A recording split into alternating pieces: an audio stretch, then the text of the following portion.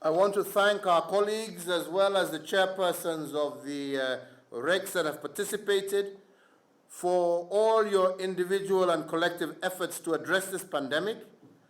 I want to re-emphasize what has been said by my other colleagues, that our RECs are an essential vehicle for the effective monitoring and implementation of our continental response to this disease. I believe that we should do this taking cognizance of the imperative for cooperation in border management between neighboring states, and to be also honest in how we push our information, because transparency in relaying information across RECs is highly important, especially given our porous borders. So I just think that if we are to defeat this enemy, we need to really be able to ensure that through our RECs we are able to communicate, to work together, to be able to deal with cross-border issues, because unless we fight together, we will lose together. Having said that, colleagues, I must note also with concern that the infections on our continent continue to rise on a daily basis. 10 of our countries now have over 1,000 cases, compared to 6 when we met last week. And I think that it's worrying that 3 of our countries, as we've just been told, have passed the 4,000 mark since our last meeting. And many other countries, including my own, are continuing to see increased cases on a daily basis as we move forward. So we are not over the hill yet, and it is therefore important and imperative that we prioritize the flattening of the curve on our continent, and this especially more so as we expand testing on the African continent, again, as we have been told.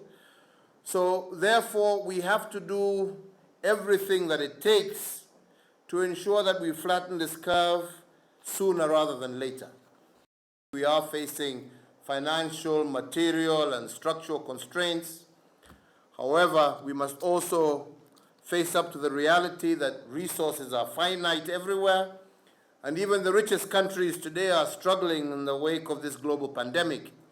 And so therefore, I'm very encouraged by what we are doing for ourselves on the continent, the pledges that were made, led by South Africa and Egypt, totaling now so far $61 million towards our own continental solidarity in the anti-COVID-19 fight, for supporting individual countries, but also supporting our own CDC.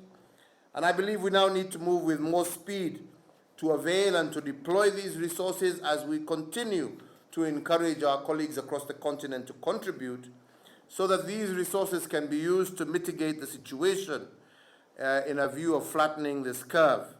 I also want to say that we need to be able to work together and to pool whatever little resources that we have, and show that we are also capable of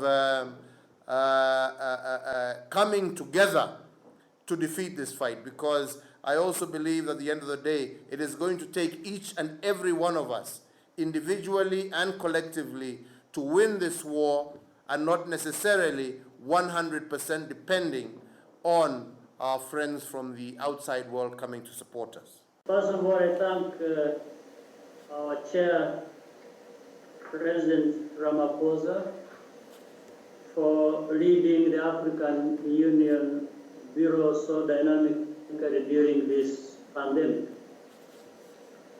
Today's meeting with the chairs of regional economic communities is just the latest example.